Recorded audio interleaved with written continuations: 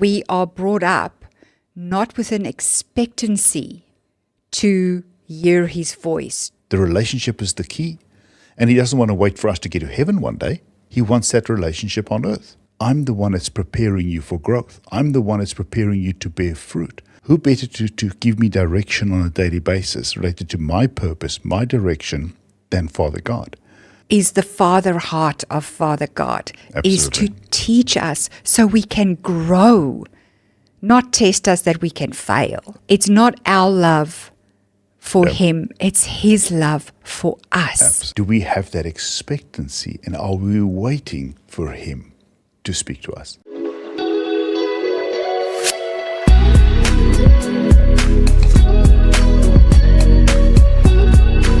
This real life relationship. And that is what God wants with us. Absolutely. But I think many people feel that God is silent. I believe we are brought up not with an expectancy to hear his voice, to go to him and start a conversation, which I believe he truly, truly desires. Yep. Yes, you're 100% right.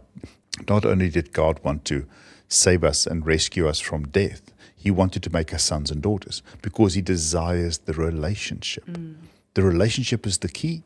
And he doesn't want to wait for us to get to heaven one day. He wants that relationship on earth. And we've seen that over and over in different pictures in the Bible. We saw that with Abraham. We saw that with David, where he continuously is telling these men and women of his perfect plan, of his sacrifice, of his son.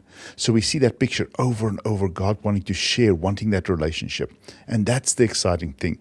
And we've experienced that. That's what we just want to try and relate to you today, is that, yes, Father God is waiting to speak to each of us. And he's wanting to speak to each of us. The question is, do we have that expectancy, and are we waiting for him to speak to us?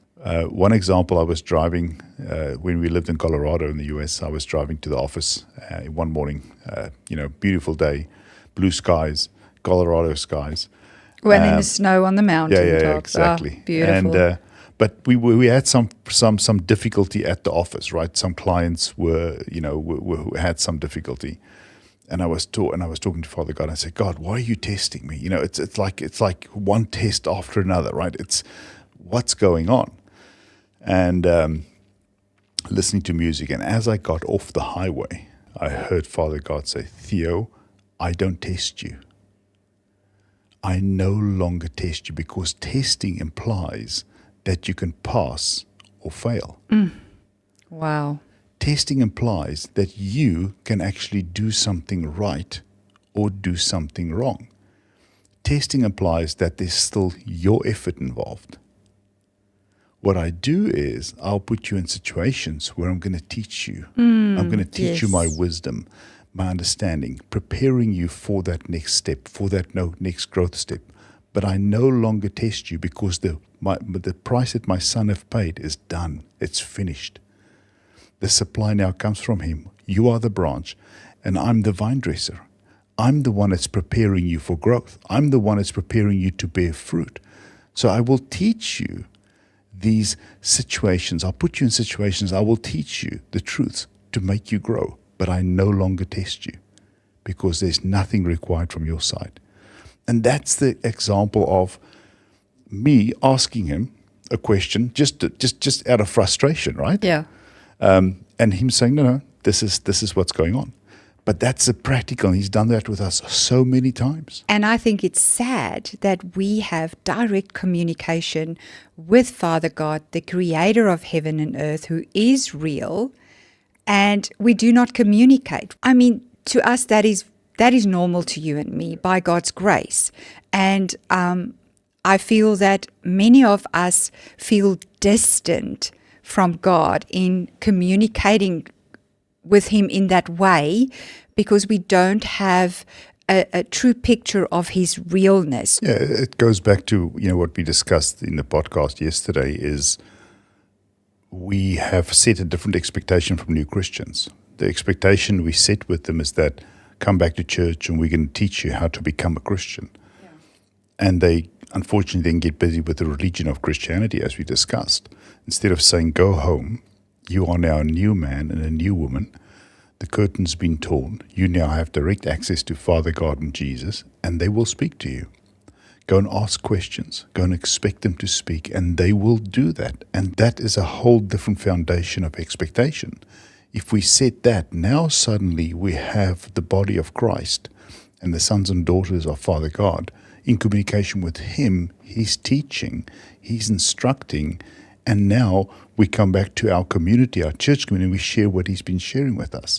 That's a whole different world, because who better to teach me than my Creator? Who better to give me direction on a daily basis related to my purpose, my direction, than Father God? And remember, I believe the most powerful tool that He's given us is our mouth, is our speech. We see that Father God created through speech. Yeah. The Bible says life and death is in the tongue. So that's the power of the tongue, the communication, and speech, and Him talking to us. So you'll hear us say a lot. It's about that expectation. It's about understanding that Father God is real, and then the expectation of saying, Father God, thank you for speaking to me. I'm waiting for you to teach me. I'm waiting for you to tell me more.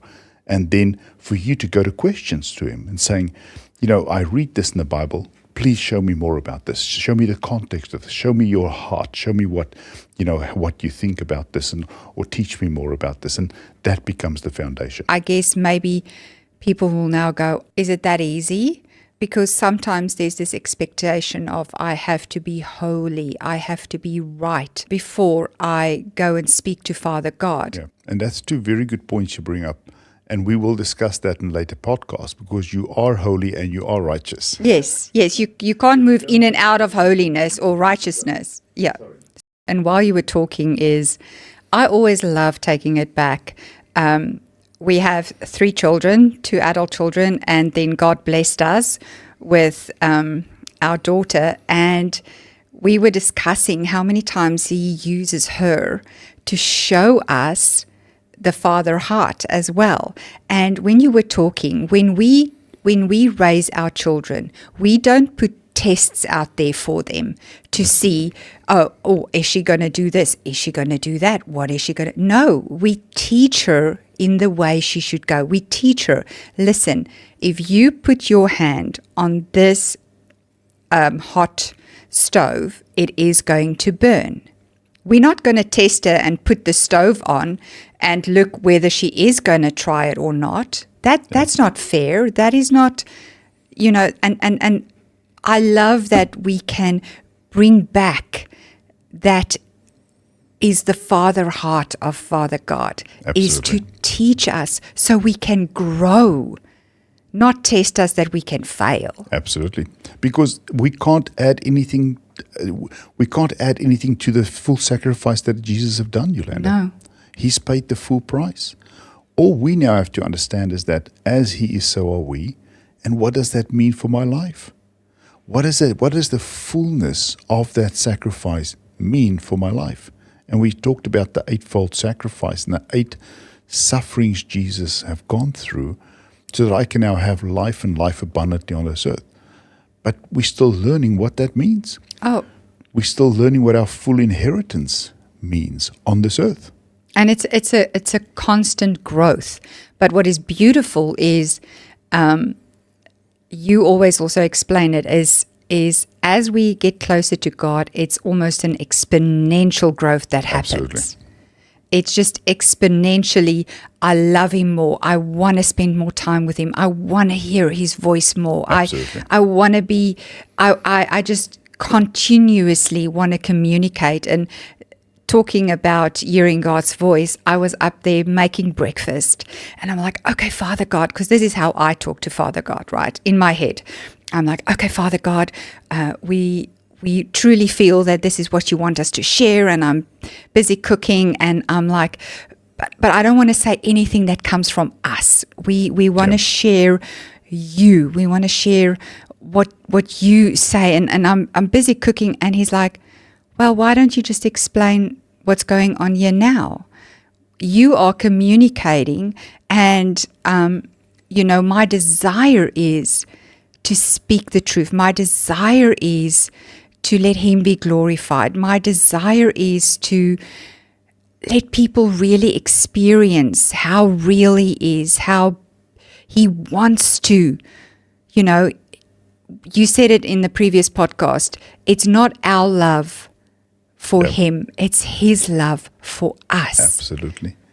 And he wants to communicate that to us. Yes. And so I've got this few things that I ask Father God and Jesus on a constant basis, right? I say, reveal to me more and more your love.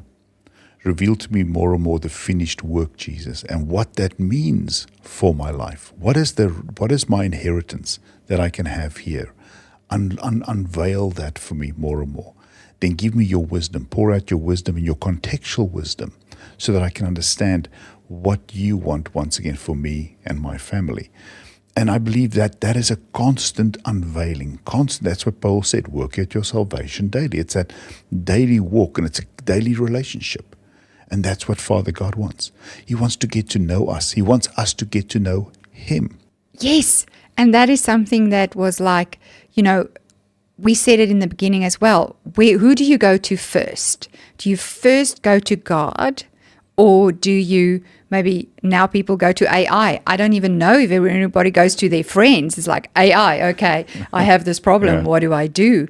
And they easier accept what AI will tell them than to go to Father God, the creator of heaven and earth, the author of their life. Yep. And that knows what their future looks like and what the best journey for them is. Yes. And so all we want to encourage you is that, once again, to take off from the previous episode, that Father God and Jesus are real, number one. Number two is, if you have a desire to spend time with him, you desire to hear from him, all you have to do is turn to him. As we said last time, you are seated with Jesus next to Father God. You have two choices. Either you turn to the right, which is the world, and say, what do I do, including AI? Or you turn to your left, next to Jesus, next to Father God, and say, teach me. Show me what you want me to do. Speak to me. Teach me about myself. Teach me more about you. Teach me more about your love for me. Unveil that for me. And he will blow your mind. I'm telling you now. So we can just encourage you is, all you have to do is decide and then spend time with him and listen and wait. So all we can do is encourage you is to go and spend time with Father God, is to wait on him and expect him to speak to you. Oh, yes. And also, I want to say that I am sure there are many of you that have experienced hearing God's voice. So why don't you share with us in the comments? And please, if there's any questions you have or any topics you would like us to cover, we would love to hear that. And share it with us and share it with everyone, because God is real and he does speak to us. Amen. Have an awesome day. Thank you for joining us again today. Thank you. Have a blessed day. And remember, are you living the life that Jesus has paid for? Thank you. Bye.